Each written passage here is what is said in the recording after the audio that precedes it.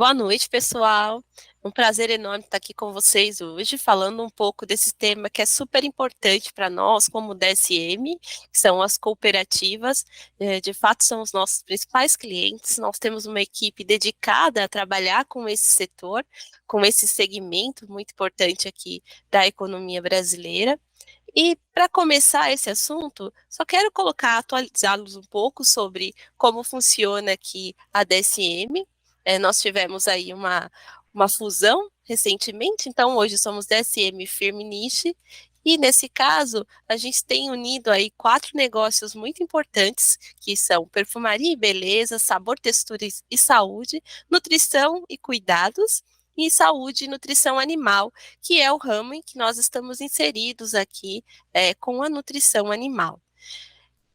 Nesses mercados que a gente está, são três mercados dinâmicos, dois nomes icônicos aí que se juntaram com um propósito fundamental, que é realmente fundir e trazer novos negócios interessantes para todos. Então, nós somos agora uma equipe de 30 mil pessoas apaixonadas e talentosas por todo o mundo, pessoas diversas, nossa equipe global apaixonada pelos nossos produtos, pelas nossas soluções. São mais de 150 anos de herança acumulada de descobertas científicas e inovações.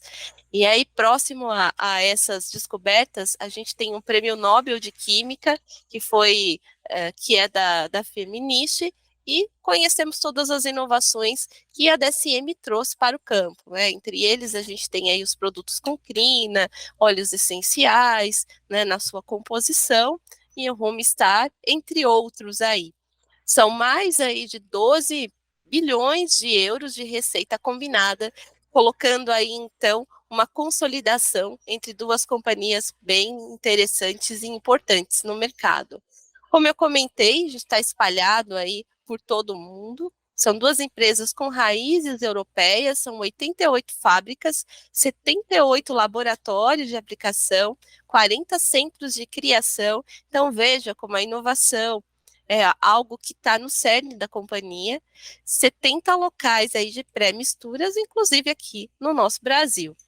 Muito bem. Falando de Brasil, a gente tem uma estrutura comercial com mais de 800 colaboradores em campo, e esses colaboradores, como eu comentei no começo, eles estão aí para atender todo o campo, toda a nutrição animal de ruminantes, tanto do leite como corte, e há uma equipe exclusiva dentro desses colaboradores para atender cooperativas e revendas. Muito bem. A gente já está aqui na terceira geração de produtos para ruminantes. Então, quando a DSM, em 2013, comprou a Tortuga, que é uma empresa aí que vai completar no ano que vem 70 anos, ela colocou sobre toda essa tradição novos produtos aí para a nutrição animal. Então, foi uma união de tecnologias que trouxe altas tecnologias aí para uma revolução na pecuária brasileira do ponto de vista de produtividade, né, e assertividade no campo. Então, a gente tem aqui desde o Fosbov 20, que é o nosso produto carro-chefe, até novas tecnologias aí para melhor atender todo o campo. E algo importante que essa equipe traz é justamente a extensão rural, que vem aí de encontro com tudo que as cooperativas e as revendas colocam aí à disposição do produtor. Então, hoje, a gente está aqui sempre pensando no que a gente tem de desafios para o futuro. Então, como melhorar a qualidade desses nossos produtos, como melhorar a nutrição e o desempenho dos animais, como apoiar a saúde dos animais, assegurar aí sustentabilidade e bem-estar no campo, e aí protegendo a qualidade das rações. Então, esses são o nosso cerne do que a gente pensa dos nossos produtos. Alinhado a isso, a gente tem uma nova empresa que faz parte agora da DSM, então agora a gente cresceu aí para atender a Fazenda do Futuro com a Prodap. Então, a DSM agora, além da nutrição animal, que ela já contava com a Tortuga, agora a gente tem essa expansão com a Prodap. E tudo isso a gente acaba se unindo e tendo uma empresa ainda mais concreta, com várias tecnologias que a gente pode agregar aí para os próximos anos. Muito se fala, por exemplo, em inteligência artificial. E aqui a gente já tem uma inteligência artificial para cuidar das nossas fazendas. Então é algo bem tecnológico que vem aí para somar em tudo isso que a DSM Feminist sempre tem aí como meta de empresa. Muito bem. Aí, passando dessa parte, vamos falar só um pouco sobre o cenário Brasil para a gente contextualizar o momento que a gente está, né? Então, quando eu olho de uma forma macro, quais são os principais pontos de atenção que a gente tem que ter para o mercado agora? Responsabilidade fiscal do Brasil, então, como vai ficar toda essa parte em que a gente está envolvido nesse momento de reforma tributária, de gastos do governo, a gente também tem que estar de olho em como vão ser resolvidos e se vão escalar ou não os conflitos geopolíticos que nós estamos vivendo no momento. Mais recente, essa guerra de Israel, aí, esse conflito, e o conflito que nos acompanha aí já há quase 2 anos entre Rússia e Ucrânia. Tudo isso tem um efeito muito forte no que pode acontecer na economia mundial. Taxas de juros e os reflexos das taxas de câmbio na economia mundial são outro ponto muito importante que a gente está de olho. A gente vem aí de herança da pandemia e dessas guerras com uma inflação alta no mundo como um todo.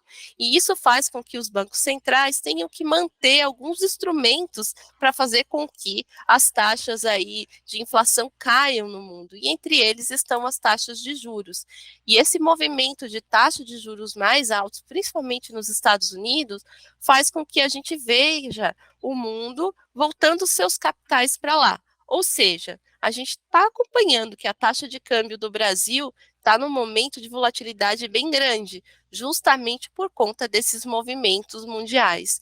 Então, a gente tem uma desaceleração no mundo aí nas vendas de varejo, do setor de serviços, inclusive aqui também.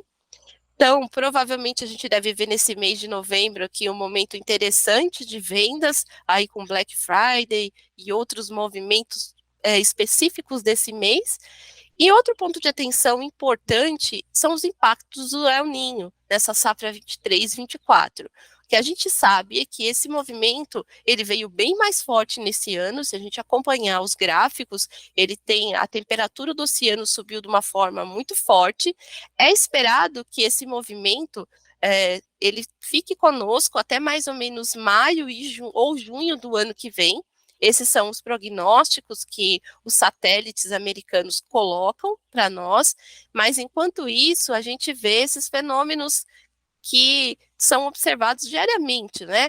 O sul do país com um reflexo muito forte de chuvas, eventos muito fortes, a gente viu aí ciclones, coisas que a gente nem via passando pelo Brasil, enquanto o norte e o nordeste sofrendo com uma seca muito forte. Está vendo os rios amazônicos aí, o sofrimento disso.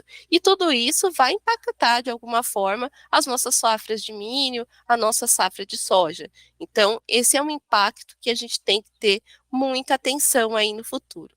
Por outro lado, o que a gente tem aí de pontos positivos? A taxa de desemprego no Brasil segue baixa, a gente tem um aumento relativo aí da renda das famílias, o que é muito importante, principalmente quando a gente pensa aqui que no final, na ponta final, a gente tem o consumidor e esse consumidor vai estar consumindo principalmente leite ou carne, e principalmente no caso do leite, a gente sabe que tem uma correlação muito forte com a renda, o aumento ou a diminuição de vendas desse produto. Então, há uma sinalização interessante aqui do consumo das famílias.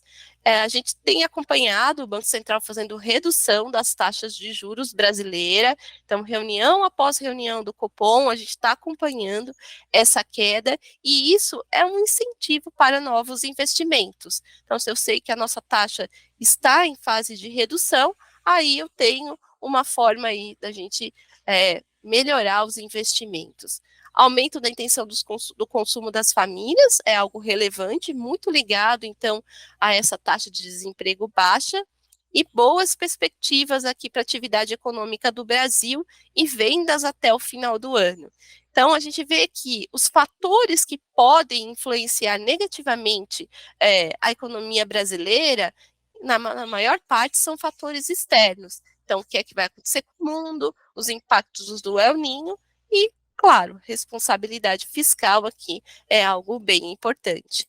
E aí, se a gente for passar só para o nosso mercado aqui e dar uma olhada como está nesse momento, a gente sabe que em 2023 a gente tinha uma expectativa de que a arroba do boi, por exemplo, viesse mais baixa do que o ano de 2022. A linha amarela que vocês estão vendo aqui é justamente o ano de 2022. Então, o preço da arroba do boi, ele estava em patamares mais altos do que a gente consegue ver aqui nesse patamar de baixo, que é a linha verde aqui, que é o ano de 2023. Muito bem. Quando a gente olha esse patamar aqui abaixo de 2023, o que foi que aconteceu aqui principalmente? Uma mudança no ciclo pecuário. Então, a gente tem mais oferta de animais sendo abatidos dentro desse ano. Mas, para além disso, a gente vê que os preços de exportação de 2023 vieram mais baixos do que a gente tinha em 2022. Uma das grandes razões para isso é justamente o consumo chinês. Quando a gente olha para eles e o que aconteceu no ano de 2023, realmente eles colocaram o preço mais abaixo, porque eles tinham um estoque maior de carnes lá no mercado. Qual é a expectativa agora? Que acho que é a grande pergunta. A gente está num momento estável do mercado, então, nos meses passados a gente estava testando o fundo do poço, e agora parece que a gente saiu desse movimento, e o mercado futuro aponta para o final do ano e para o ano que vem algo bem interessante aí na casa dos 240 reais por arroba. Então há aí um movimento muito melhorado em relação ao que a gente vinha na expectativa do ano como um todo. 2024, a gente começa, se essa expectativa se confirmar abaixo ainda do que a gente viu no começo do ano passado, mas melhor do que a gente vinha tendo nos últimos meses. Muito bem. Aí, passando um pouco para o leite, a expectativa para ele ainda é de um preço em declínio. A gente começou o ano em um momento atípico, em que os preços estavam muito, muito interessantes em relação aos últimos 3 anos, e a partir de maio a gente começou a observar uma queda no preço do leite. O que aconteceu aqui? Justamente o aumento das importações de lácteos. Então, o mercado brasileiro, ele foi aqui inundado por importações, principalmente do Mercosul, e aqui a gente consegue observar todo o gráfico aqui, a linha, a barra, desculpa, em laranja é o ano de 22 e a barra em verde o ano de 23. Então veja como as barras verdes estão bem maiores do que a gente observa aqui as barras laranjas. Isso justamente é o aumento das importações desses países. O que aconteceu agora em outubro? Algumas legislações aí vieram uma medida para que diminuísse a importação. Só que essa medida ela só vai valer daqui 90 dias, ou seja, em 2024. Dessa forma, a gente tem aí, continua com a expectativa do preço do leite nesses patamares aqui. O mercado consumidor, o preço está mais baixo na gôndola, a gente tem acompanhado o HT aí com preço mais baixo nas últimas semanas, e a expectativa é que permaneça dessa forma até o final do ano. Muito bem, mas de tudo isso, a grande notícia que a gente tem do ano sempre é que cautela e gestão de risco não fazem mal a ninguém. E aí que a gente entra em todo esse panorama que a gente tem de por que as cooperativas são tão importantes para o produtor. Então, se eu, por exemplo, aqui, olha, se a gente não tem, se a gente não mede nada do que a gente faz, se a gente não sabe para onde a gente está indo, ou seja, se a gente não tem um mapa do que vem pela frente, logo está explicado por que a gente estaria perdido. Então, justamente para solucionar esse tipo de ação, é que as cooperativas têm um papel sempre muito relevante e muito importante. Por quê? A elas, a gente consegue ver os produtores, os agricultores, os pecuaristas aqui se unindo por um resultado de compra e venda dos seus produtos.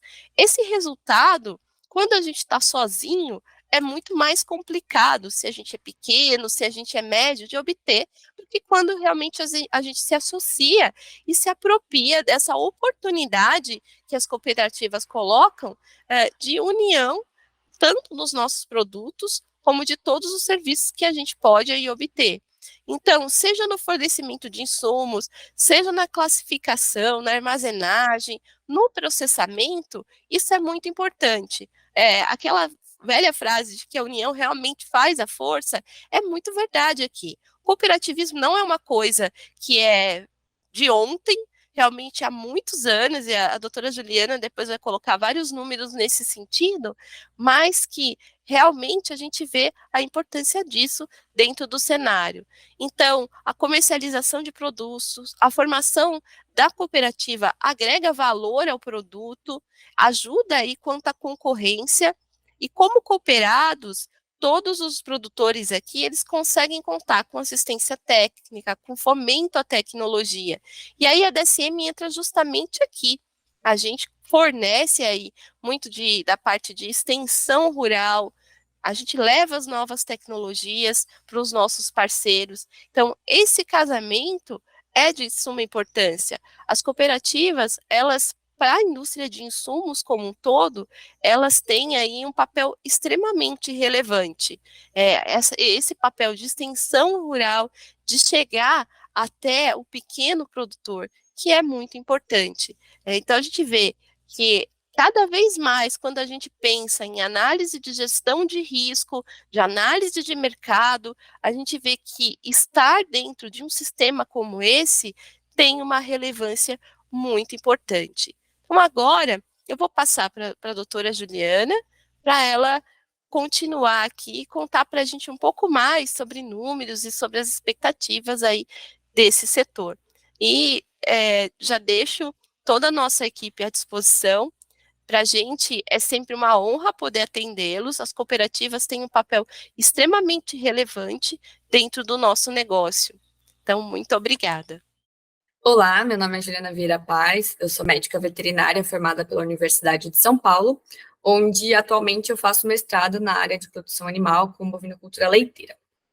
E hoje a gente vai falar um pouco sobre a relevância das atividades das cooperativas no cenário pecuário. Então, para a gente entender um pouco do que eu vou abordar aqui, né? O que é uma cooperativa, os 7 princípios de uma cooperativa, as cooperativas agropecuárias no Brasil, um pouco sobre a atuação delas na exportação, os segmentos, o programa Brasil Mais Cooperativo, algumas possibilidades que eu vou trazer aqui para as cooperativas, e por fim a gente vai relembrar a importância e as oportunidades que a gente vai falando ao longo dessa conversa aqui. Então, uma cooperativa, ela é uma organização sem fins lucrativos, formada por pessoas com objetivos econômicos e sociais comuns. Então, nada mais é do que produtores, né, que têm o objetivo aí de comercializar e etc., juntos se formar numa cooperativa, com no mínimo 20 pessoas. Então, esse é o mínimo, não tem máximo, tá? Então, daqui a pouco eu vou falar um pouco sobre isso. Ela é definida e executada de acordo com a Lei 5.764, de 1971, então bastante tempo, né, essa lei, e ela, de uma forma bastante geral, ela faz prestação de serviço aos cooperados, né, então ela facilita o acesso a tecnologias e ferramentas, ela representa os cooperados em operações comerciais, promove assessoria técnica, formação técnica para os produtores, e 7 princípios guiam aí a atividade das cooperativas como um todo, tá? Isso aqui é de uma forma geral, que não necessariamente é só para a parte agropecuária, que é o nosso foco hoje, mas isso aqui não é de todos os serviços possíveis das cooperativas, tá? Então, dos 7 princípios, o primeiro é a adesão livre e voluntária, então ninguém é obrigado a entrar numa cooperativa, a adesão é livre, então todo mundo pode entrar na cooperativa, independente de gênero, cor, raça, tudo. Né? E a única coisa que a lei fala é que é importante você só limitar no momento em que a cooperativa não conseguia atender de qualidade, né, todos os cooperados. Então, essa é a única coisa que pode restringir a entrada de alguém, tá? Se a cooperativa já for muito grande e não for conseguir atender com qualidade, que já está sendo trazida ao longo do tempo. Participação econômica, então os cooperados, eles fazem participação econômica para gerar um capital social da cooperativa, tá? Então pode ser anuidade, mensalidade, vai depender de como a cooperativa se organiza. Uma gestão democrática, então as decisões elas são tomadas com base em discussões coletivas, todo mundo fazendo parte dessas decisões. Autonomia e independência, então, por mais que as cooperativas tenham, né, vínculos com empresas privadas ou públicas nesse sentido, é importante que a gestão seja feita pelos próprios cooperados também. Interesse pela comunidade é que a gente está entendendo como comunidade que não é cooperada, tá? Então, olhar para essas demandas da comunidade, o que está sendo requisitado, o que é importante, segurança alimentar, etc., olhar para isso. Né, então, uma importância social aí, para além dos cooperados, da cooperativa. Intercooperação, então, a importância das cooperativas se ajudarem entre si. E educação, formação e informação. Então, super importante essa parte de levar, né, educação, construir educação em conjunto, seja formal ou não, para os produtores, e aí a gente também entende isso como uma importante para o desenvolvimento social ali da comunidade, como um todo também. E aí, no Brasil, a gente tem a Organização das Cooperativas Brasileiras, que é a OCB. De acordo com ela, a gente tem 7 ramos possíveis de cooperativas, dentre eles o agropecuário, e nele o que a gente está falando, quem participa do ramo agropecuário, segundo a OCB. Então, são atividades relacionadas a atividades agropecuárias, extrativistas, agroindustriais, aquícola-pesqueira, tá? Então, não são só estabelecimentos agropecuários, de acordo com a OCB. E, dentre as possibilidades de funções das cooperativas, tá, receber, comercializar, armazenar, industrializar a produção, oferecer assistência técnica, educacional e social. E aí é importante mencionar, as cooperativas não precisam fazer todas essas funções, mas elas podem fazer todas essas funções, tá? E eu dei um destaque para comercializar, porque é de fato um desafio de muitas pessoas que estão no campo, né? Fazer o escoamento da produção para quem vai comercializar, acessar mercados, e as cooperativas são super importantes nesse aspecto que a gente vai ver daqui para frente também. Então, em 2022, de acordo com o Anuário Cooperativo, do Cooperativismo Brasileiro, feito pela OCB em 2023, a gente tinha 1.185 cooperativas agropecuárias. Dentro delas, 1.011.023 cooperados dentro dessas cooperativas, tá? Isso aqui só do ramo agropecuário, para deixar bem claro. E elas eram responsáveis por produzir 249.584 empregos diretos, tá? A gente está falando de emprego direto, tem ainda os empregos indiretos que as cooperativas são responsáveis por gerar. Então, a gente começa a ver essa importância no desenvolvimento local para além dos cooperados, né? Então, a gente tem várias vantagens para quem faz parte da cooperativa, mas a gente vê essa importância para além dessa comunidade cooperativa, da cooperativa propriamente dita. Então, para a comunidade, no interesse da comunidade, que é o que a gente já tinha visto dentro dos princípios das cooperativas, tá? E aí, aqui são dados do IBGE, do censo de 2017. E aí, lembra que eu falei lá que era atividades agropecuárias, extrativistas, etc. Então, por isso que difere um pouco o número, tá? Aqui a gente está falando só de estabelecimentos agropecuários. E aí,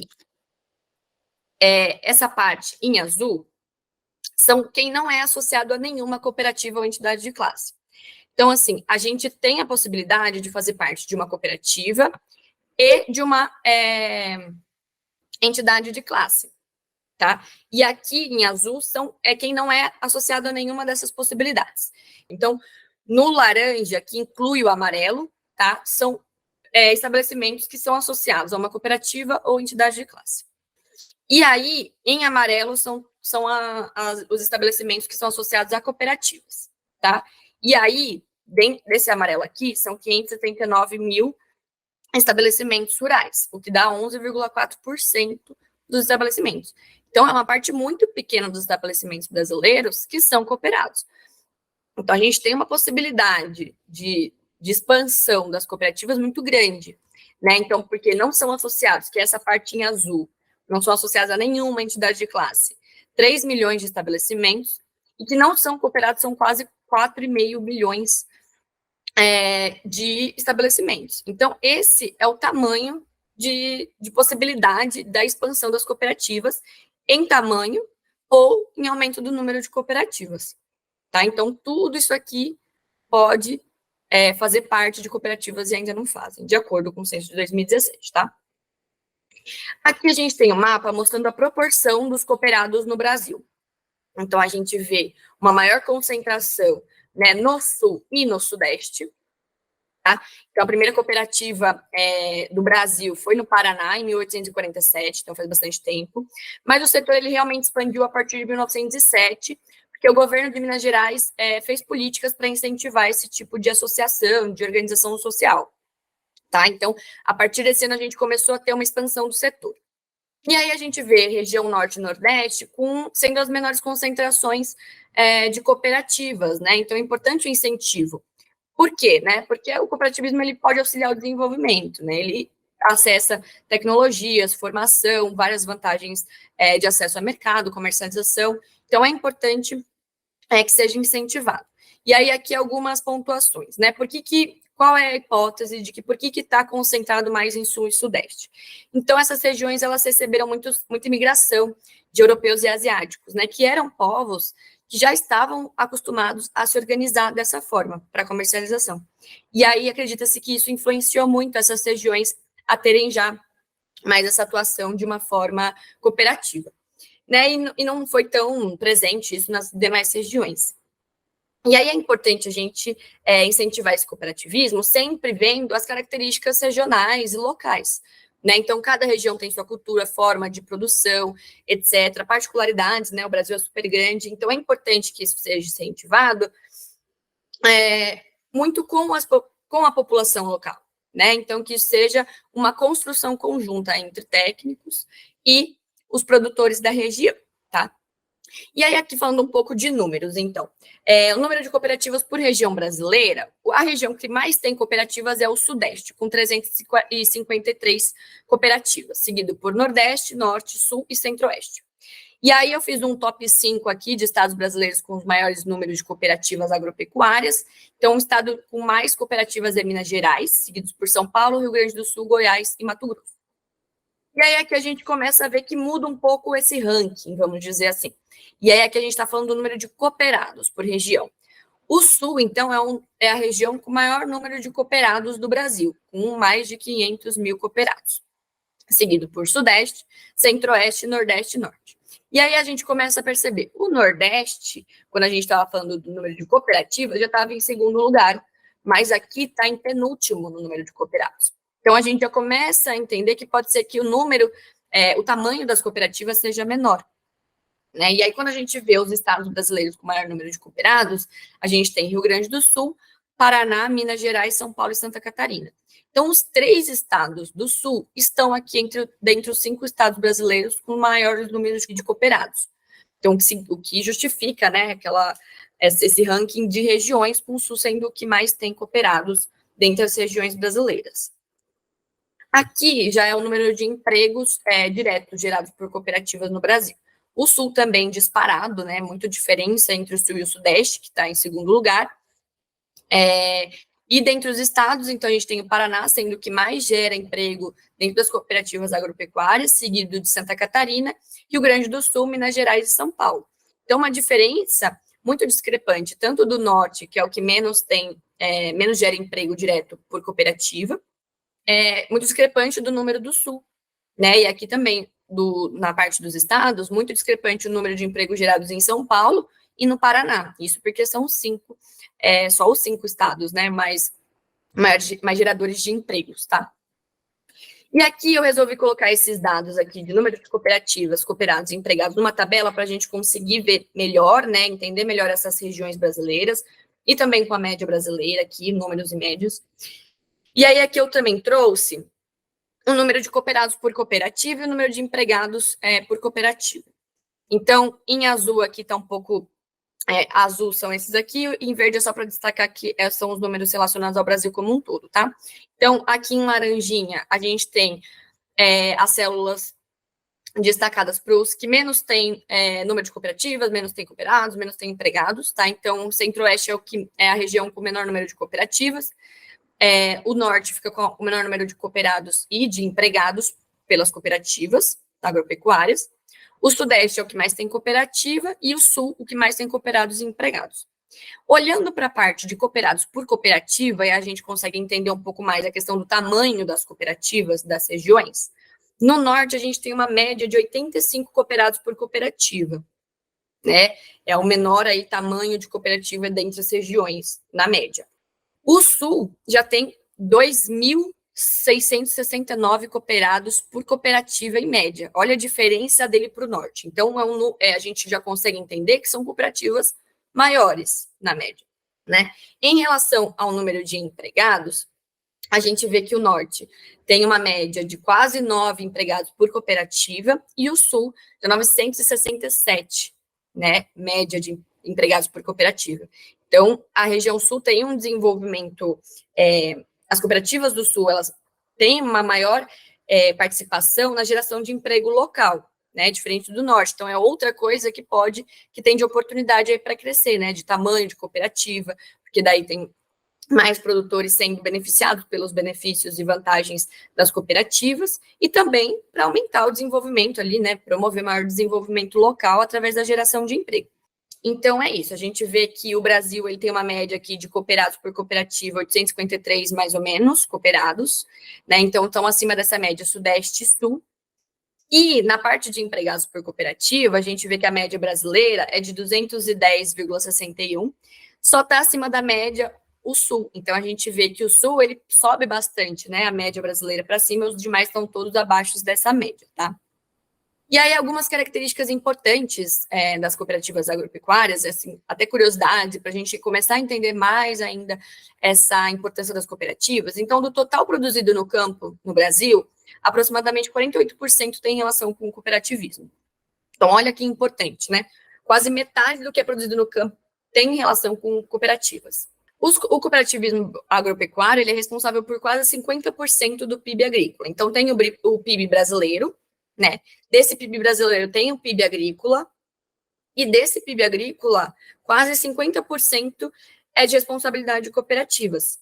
Então, a gente já vê essa importância num mercado nacional também, né? Então, não só para o desenvolvimento local, para o desenvolvimento dos cooperados, mas também para o PIB brasileiro.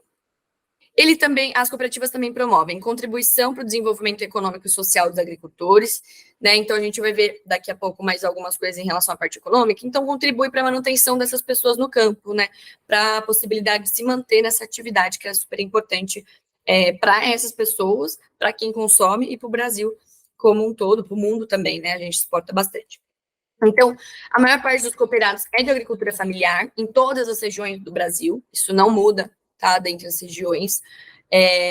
Isso é super importante, porque a gente sabe que é uma escala menor, né, de produção, agricultura familiar, e quando se junta, facilita, né, acesso ao mercado, organização, gestão e tudo mais. Acesso a tecnologias, assistência técnica, tudo que a gente vem falando até aqui.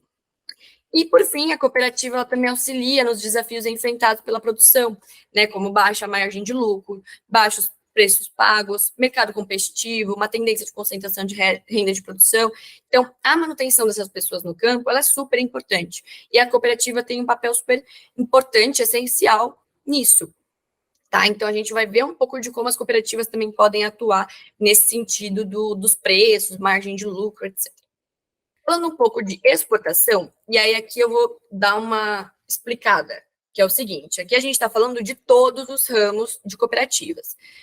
É um ranking entre todos os produtos exportados por cooperativas no Brasil. Então, isso inclui cooperativas agropecuárias e não agropecuárias, tá?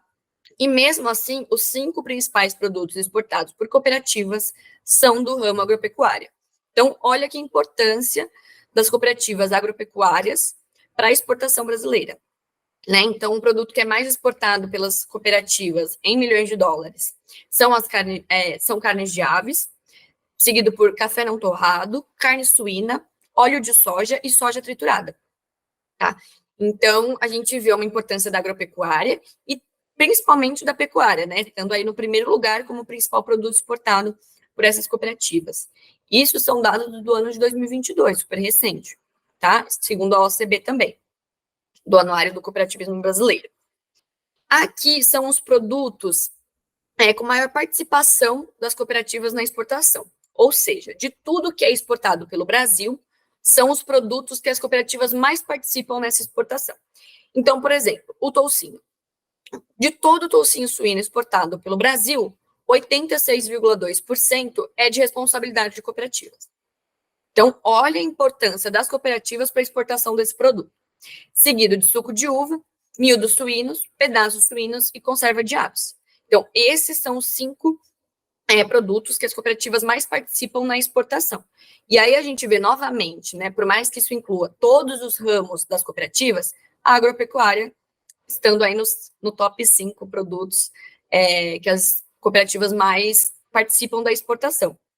E principalmente da pecuária, né? Então a gente só tem o suco de uva aí que não é da pecuária e é da parte agrícola. E a gente também consegue perceber, tanto com esse slide, né, com esses dados, quanto dos dados anteriores, que dentro da pecuária a gente tem uma participação da exportação das cooperativas, mas da parte de suínos e de aves, né? Então a gente também já consegue ver uma outra oportunidade das cooperativas de começar a investir nessa parte dos produtos de bovinos e ruminantes como um todo para exportação. E aí a gente já vai falar um pouco sobre isso também, um exemplo aqui que eu trouxe para vocês de uma cooperativa brasileira. Aqui em relação aos segmentos, então, como a gente já tinha visto, já desde o início da palestra, várias possibilidades de atuação das cooperativas, né? E aí, quais são os segmentos que as cooperativas estão atuando? E aí, vale ressaltar que elas podem atuar em mais de um desses segmentos, tá? Então, a gente não está falando aqui de um 100%, elas podem atuar em vários, como a gente já viu também. Então, o segmento que mais essas cooperativas agropecuárias estão atuando é insumos e bens de fornecimento. Então, 65% das cooperativas brasileiras agropecuárias atuam nesse segmento. E a gente consegue perceber com facilidade isso, né? Quando a gente pensa em cooperativa, muitas vezes já vem a loja agropecuária na nossa cabeça, né? Que são a parte dos insumos e tudo mais. Então, isso é importante, esse segmento tem uma atuação importante. Depois vem os produtos não industrializados de origem vegetal e depois os produtos não industrializados de origem animal. E aí aqui vale uma pausa para a gente olhar para isso. Então, dentro dos produtos não industrializados, a gente vê que as cooperativas têm uma maior atuação nos produtos de origem vegetal e menos nos de origem animal. Então, a gente já consegue perceber uma oportunidade aqui também para as cooperativas de expansão para atuar na parte de produção de origem animal, de produtos de origem animal, né? Tanto as cooperativas que já existem expandirem para esse setor, quanto pessoas que produzem produtos de origem animal começarem a se associar em cooperativas, né? Então, é importante a gente já observar aqui uma oportunidade de mercado. Os serviços, com 32% das cooperativas agropecuárias atuando nesse segmento. Depois a gente vai para os produtos industrializados, então de origem vegetal primeiro, depois de origem animal. E aí aqui, novamente, dentro dos produtos industrializados, a atuação é maior nos produtos de origem vegetal do que nos produtos de origem animal. E aí, novamente, mais uma possibilidade de mercado, uma oportunidade para as cooperativas de expandirem para essa parte de industrializados de origem animal. E aí, por último, segmentos, escolas técnicas têm uma baixa participação, aí, né, poucas cooperativas atuando nesse segmento, uma importância também de investir nisso. E aí eu queria voltar para essa parte de produtos industrializados e não industrializados. Então, a gente vê que a atuação é muito maior nos produtos não industrializados do que nos produtos industrializados. Então, a gente vê uma oportunidade de começar a industrializar nessas cooperativas, né? Então, das cooperativas irem para investirem nessa parte de industrialização dos produtos, tanto de origem vegetal como de origem animal. É óbvio que a gente está aqui focando mais na origem animal, né? Então, focar nisso. Então, a possibilidade de expandir para a produção de produtos de origem animal e produtos de origem animal industrializado. Aqui, falando do programa Brasil Mais Cooperativo, ele foi um programa instituído em 2019 pela portaria número 129. ele tem como objetivo, né, promover o acesso à alimentação, incentivar a agricultura familiar e apoiar o cooperativismo e o associativismo rural brasileiro. Tá bom, mas como que vai, por meio do que ele está querendo chegar nesse objetivo? Então, eu copiei uma partezinha do programa, da portaria 129, para a gente entender quais são esses instrumentos e ações que eles estão visando, né, para chegar nesse objetivo. Então, primeiro, oferta de ATER. Então, ATER é uma sigla para Assistência Técnica e Extensão Rural, tá? Então, oferta de ATER para gestão, produção, comercialização e organização social das cooperativas e associações. E aqui eu queria destacar essa parte da organização social das cooperativas e associações, porque de nada adianta a gente estar falando da importância das cooperativas, de todas as vantagens, os benefícios, etc., desenvolvimento, tudo mais, se a gente não dá um suporte, não tem suporte para que essa organização social aconteça, né? Então, muitas vezes está distante da realidade daquele local. A gente sabe muito bem que produtores são super ocupados, né? Muitas atividades para fazer, então é importante ter uma ajuda, né? Um auxílio para que essa organização social aconteça. E aí, obviamente, também vem essa parte de gestão, produção, comercialização, que são essenciais. Outra coisa, outro instrumento e ações que eles colocam é o apoio a ações e projetos de formação, capacitação e fortalecimento do cooperativismo e associativismo. Então, da mesma forma que não adianta a gente falar das vantagens sem falar como que, né, ajudar a estruturar isso, não adianta a gente estruturar e depois não ter como fortalecer isso tudo, né? Então, é importante a gente ajudar na parte de organização, né, construir junto com essas pessoas do território essas organizações, fortalecer para que as coisas consigam acontecer. E articulação de iniciativas entre os entes governamentais representantes do cooperativismo para otimizar os recursos em prol do cooperativismo e associativismo rurais, tá? E aí aqui tem esse esqueminha que eu trouxe. Então, eles atuam em gestão, intercooperação, e aí a gente já está falando que daquele princípio de intercooperação que a gente já falou lá no início, né? Formação técnica, que também está dentro dos princípios da cooperativa, mercados privados, internacionalização e mercados institucionais. Importante, né, esse programa para a gente conseguir ter uma base para a construção e organização social dentro de cooperativas. E aí eu entro em algumas possibilidades. E primeiro eu quero falar dos circuitos curtos de comercialização. O que é isso? Então, são vendas diretas para o consumidor final ou com um intermediário. A gente já vai falar. Uma possibilidade de produção de produtos diferenciados. Então, vamos lá. Hoje, como acontece, né? Às vezes a produção acontece aqui, tem muita gente entre o produtor e quem consome no fim. E isso gera vários custos, né? Por conta dessa chegada até o produtor final. A ideia é que isso seja encurtado. Então, o produtor vende direto ou com um intermediário, tá? Tem a possibilidade, então, dessa produção de produtos diferenciados, a gente vai falar, né? Mas que também é uma vantagem, uma possibilidade dentro das cooperativas. A aproximação campo em cidade, né? Então, se a gente encurta essas cadeias, a gente aproxima. Fortalecimento da agricultura familiar, vocês já vão entender um pouco por que também. E eu vou trazer 2 exemplos. O primeiro da comunidade que sustenta a agricultura e o segundo da venda para o Programa Nacional de Alimentação Escolar, que a gente já abre aqui mais uma vantagem das cooperativas, que é o acesso a mercados institucionais. Antes de eu ir para essas possibilidades de circuitos curtos, eu vou falar um que é mais próximo da nossa realidade do brasileiro como um todo, que é a feira livre de comércio geral, né? Então, qual a possibilidade? Os próprios feirantes podem ir, os próprios produtores podem ser feirantes e vender nessas feiras, ou eles vendem para alguém que é feirante. Então, eu mesmo faço uma feira onde um dos comerciantes, um dos feirantes, vai até a chácara onde há a produção das hortaliças e verduras que ele vende, e ele vem para a feira vender. Então, é um circuito curto, vocês entendem? Só tem um intermediário. Então, tem várias formas de acontecer esses circuitos curtos, tá? Uma delas é a feira, e aí a gente vai falar da CSA e do PNAE. Então, a comunidade que sustenta a agricultura, ela tem um preço definido pelos produtores, então eles podem considerar custo de produção e acessibilidade. Então, a gente já começa a falar um pouco daquela questão de baixos preços pagos, muitas vezes, em relação ao custo de produção. Então, a gente já tem aqui um valor um pouco mais justo, né, de acordo com o que eles gastam mesmo para a produção. Pagamento antecipado. E essa questão da acessibilidade é em relação a quem vai consumir. Então, visa também a segurança alimentar mesmo, tá? Então, são esses dois fatores principais envolvidos na precificação dos produtos. O pagamento antecipado, então essas pessoas que vão consumir pagam antecipadamente. Isso é importante porque os produtores conseguem gerir o próprio pagamento dos insumos que são utilizados, etc. Isso facilita o gerenciamento da produção. Quem consome é chamado de coprodutor. Por quê? Porque a gente sabe que toda atividade agropecuária ela envolve risco, né? Em geral, esse risco ele é assumido só por quem produz, né? Mas isso não tem a ver necessariamente com a qualidade de como se produz. Muitas vezes a gente não está esperando a chuva, às vezes vem mais forte, granizo, etc. Então, esse risco passa a ser compartilhado entre quem produz e quem consome. Por isso que eles são chamados de coprodutores, tá?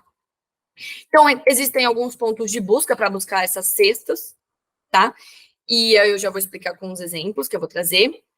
E existem eventos de troca entre os participantes, então, com produtores e produtores. Então, vão até o local de produção, entendem como é produzido, então tem essa aproximação campo-cidade. E normalmente são cestas com um número determinado de produtos, com uma frequência determinada também, que geralmente é semanal. Então, eu vou trazer 2 exemplos para a gente entender possibilidades de CSA. E aí é importante a gente entender que cabe de acordo com como a comunidade se organiza. Então, como eu falei antes, né, a gente precisa que as cooperativas se organizem de acordo com o que é possível na região, de acordo com cultura, o que produz, o que não produz. Mesma coisa CSA.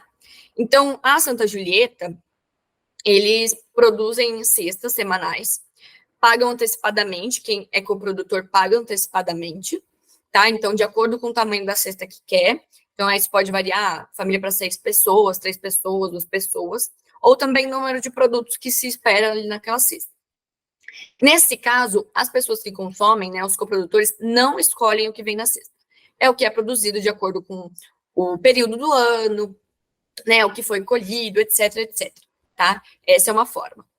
A CSA Atibaia é diferente. Eles produzem, colhem, disponibilizam no aplicativo ou no site para quem é produtor, né, o que foi colhido, o que foi produzido e colhido e está disponível. Aí eles escolhem e montam a cesta de acordo com o tamanho da cesta que eles já escolheram, que é por X produto, número de família, enfim, número de pessoas na família. E aí eu acredito que a CSA, pelo site, também dá para comprar avulso, né? Então eles têm queijos, eles têm ovos, eles têm mel. Então também tem essa possibilidade de compra avulsa, tá? Então essas são 2 formas, por exemplo, de se organizar. E eles na CSA Atibaia têm pontos de busca. Então eles, então você pode buscar aqui nesse local da cidade, a gente pode buscar aqui. E aí tem um horário, vai ser toda quarta-feira, das 11 às 2 da tarde. Então as pessoas vão lá nesse horário, nesse dia e buscam a cesta. Tá? Então, é mais ou menos assim que essas 2 funcionam. Eu vou até aproveitar a CSA Atibaia, o Paulo Rodrigues, que é o coordenador da CSA, ele deu uma palestra para o laboratório que eu participo, que eu faço mestrado, e aí tem no YouTube, caso vocês se interessem em saber um pouco mais, se vocês jogarem CSA Atibaia, Diálogos no LAI, tá? Então, é LAI USP, o nome, que é Laboratório de Análises Socioeconômicas e Ciência Animal. Então, lá tem ele contando um pouco como é isso, como foi, como eles chegaram nesse modelo de CSA, então é bacana para quem está interessado, tá? Aqui, a gente tem a venda para o Programa Nacional de Alimentação Escolar. Então, o que é o PNAE?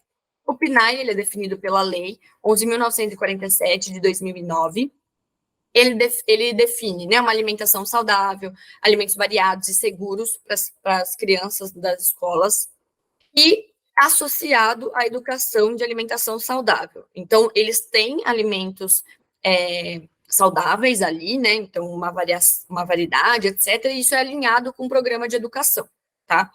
E aí, nesse programa, eles prevêem que, no mínimo, 30% dos recursos financeiros destinados para aquisição de alimentos tem que ser destinado para a compra de alimentos da agricultura familiar ou de suas organizações. Organizações, gente, cooperativas, tá?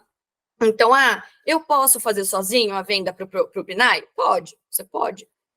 Mas existem várias coisas que a gente vai falar que a gente vê a importância da cooperativa nesse processo, de facilitação até de acesso a esse mercado institucional, tá? Mas primeiro eu vou falar um pouco de um caso aqui da COPAF, que é a Cooperativa dos Produtores e Produtoras da Agricultura Familiar Solidária. Ela foi fundada em 2010, tá, em Muriaé, Minas Gerais, e ela vende hoje para 16 municípios da região, hortifruti, ovos, leite, derivados, panificados. O que aconteceu? Na pandemia, eles triplicaram a receita com a venda de alimentos saudáveis para o PNAE. Então, a pandemia, a gente sabe que foi um processo que foi muito difícil para inúmeros produtores, por inúmeras razões, tá? Mas essa cooperativa, ela conseguiu se manter, e não só se manter, triplicar a receita. Tá? Então, essa é uma notícia que está no Observatório de Alimentação Escolar, se vocês quiserem dar uma olhada com mais detalhes nesse processo, eles explicam um pouco, então é bacana. E esse Observatório da Alimentação Escolar, eles fizeram esse guia sobre o PNAE, né? Então, como eles podem, um processo de como vender, né? Eles facilitam esse entendimento de como é o processo, tá? Então, é bacana também para quem está interessado, né, na venda para o PNAE. E aí a gente vai entender a importância de cooperativas nesse processo de venda para o PNAE, tá? Então, primeiro, é importante, para vender para o PNAE, precisa fazer o levantamento e organização de todos os produtos que pode ser oferecido, em quantidade e no período do ano. Então, você vai fazer toda uma organização e o levantamento disso. É importante fazer parte de reuniões com as entidades executoras do PNAE, para que elas entendam como que é o local, quais são os produtos que vão estar disponíveis, quais as quantidades, as pessoas, os produtores podem aproveitar para sanar dúvidas. E aí, nesses 2 pontos só, a gente já vê a importância da cooperativa, né? Então, a cooperativa ajuda nesse sentido de poder organizar toda essa produção, né? Organizar a quantidade, o período do ano, fazer uma tabela interessante para poder mandar, né? Já fazer parte dessas reuniões. Então, as cooperativas podem ir representando esse grupo de produtores cooperados para fazer, então facilita, né? Como eu já comentei, a gente sabe que produtor é uma vida corrida. Então, se a gente consegue ter uma cooperativa, né, ter gestores, mesmo que sejam cooperados, representando esse grupo, é importante, né? Facilita muito o processo. Precisa organizar os documentos necessários, então a cooperativa ela pode levantar quais os documentos necessários, ajudar na organização dos documentos. Se você for fazer isso sozinho, você vai ter que fazer todo esse processo sozinho, né? Muito mais fácil com ajuda, com todo mundo se cooperando, pensando junto. Então, ficar atento aos novos editais, cobrar as gestões públicas em relação a eles, então, ter informações no site sobre os próximos editais e os editais abertos, ter um tempo hábil de inscrição, então, entre a saída do edital e o tempo, o máximo de tempo que você tem que se inscrever tem que ser um tempo hábil, né? Então, tudo isso é importante. E elaboração do projeto de vendas. Então, a cooperativa, ela é super importante para ajudar nessa organização de tudo, né? Então, é muito super essencial para você ter acesso a esse mercado institucional, que é super importante, e tem várias vantagens para os produtores que comercializam para ele, tá? E aí, saindo um pouco da circuitos curtos de comercialização e entrando em produtos diferenciados, que são outras possibilidades, queria falar da Cooper Aliança, que é uma cooperativa do Paraná, tá? E ela está investindo em carne bovina. Então, lembra que a gente falou que tem uma possibilidade, né, de atuação dentro dos produtos de bovinos e ruminantes como um todo? Então, a Cooper Aliança está nessa, né? E aí eles têm um frigorífico próprio, com inspeção federal, que permite a venda para o Brasil e para o Mercosul. Então, vou voltar um pouquinho na história deles, só para a gente entender essa importância. Antes, eles vendiam para um frigorífico parceiro, tá? Com inspeção estadual, o que limitava o mercado deles ao Paraná. Eles se organizaram economicamente, socialmente, se organizaram em todos os aspectos para poder ter esse frigorífico próprio, né, com inspeção federal, que por si só já abrangeu o Brasil inteiro e o Mercosul. Ou seja, ampliou o mercado deles. Eles conseguiram acessar outros mercados que antes eles não tinham acesso. Depois, né, essa planta ela foi estruturada pensando no abate halal. Eles ainda não têm a licença para esse abate, eles ainda não exportam para esse mercado, até porque eles precisam antes abater halal para poder exportar para esse mercado. Mas eles já avisaram que esse já observaram essa oportunidade de mercado para o mercado árabe, viram que precisava ser halal, e para ser halal você precisa de uma estrutura específica. Então, eles já planejaram essa estrutura da planta, do frigorífico, pensando nisso, né? Não foi um processo de, vamos fazer uma planta, depois percebe que o mercado é uma possibilidade, então a gente vai ter que investir em mudar a estrutura para poder ter um abate halal. Não. Né? A cooperativa foi super essencial nesse planejamento. Né? Então, mais uma vez, acessando um outro mercado, que é o mercado árabe. Né? Então, agora eles vão atrás da licença para abater de forma halal e depois eles vão poder acessar esse mercado árabe. E eles produzem carne de angus certificadas, que é um outro mercado, né? Então, um produto diferenciado, certificado. Então, só aqui a gente já consegue perceber a cooperativa, como ela foi essencial para abrir para 3 mercados. Até mais, se a gente depender do que a gente for ver. Então, antes eles só podiam para o Paraná, agora eles podem para o Brasil e para o Mercosul, então outros países. Tá? Depois, eles já avisaram, né, nessa planta, o abate halal, outro mercado, né? E depois ainda a carne angus certificada, diferenciada, qualidade diferenciada. Então, já outro mercado. Então, olha a importância da cooperativa, né, para ver esse leque de possibilidades e de acessar todos esses mercados, tá? Então, para chegando ao fim, a gente vai fazer uma revisão aqui da importância do cooperativismo que a gente viu, tá? Então, é importante a importância das cooperativas na exportação de alguns produtos, né? Então, tem essa possibilidade das cooperativas exportarem. Então, essa é uma vantagem importante. Geração de emprego, então a gente viu essa importância no desenvolvimento local, por conta da geração de emprego. Educação e formação de produtores, vai até melhorar, é uma questão social e também de melhora da produção. Aumento da competitividade, então uma pessoa que produz menos se junta com outras, né? Então a gente tem um volume de produção maior. Acesso facilitado a mercados, prestação de serviço e tecnologia. Produção de produtos diferenciados, como a gente viu agora, da carne angus, halal, etc. Comercialização dos produtos, que é uma questão, um desafio para muitos produtores. E, portanto, se a gente está falando de tudo isso aqui, a gente está falando do desenvolvimento rural. Então, da importância de cooperativas para o desenvolvimento rural local, regional e nacional, tá? E aí, das oportunidades, então, que a gente vem falando até agora. 88,6% dos estabelecimentos agropecuários do Brasil não são cooperados. Então, a gente tem possibilidade de expandir para outros estabelecimentos que não fazem parte de cooperativas. É importante estimular o crescimento de cooperativas em tamanho ou número, né, nos dois também, Centro-Oeste, Nordeste e Norte, ressaltando que é importante que isso seja feito em conjunto com as pessoas de cada local. Tá? Lembrando que cada cooperativa vai ter uma forma de atuação, de estrutura, dependendo das condições sociais, culturais, econômicas do local. No Sudeste, possibilidade de crescimento no número de cooperados por cooperativas, então a gente tem bastante cooperativa no Sudeste, certo? Mas é importante aumentar em número, então a gente tem muitos produtores que podem fazer parte dessas cooperativas.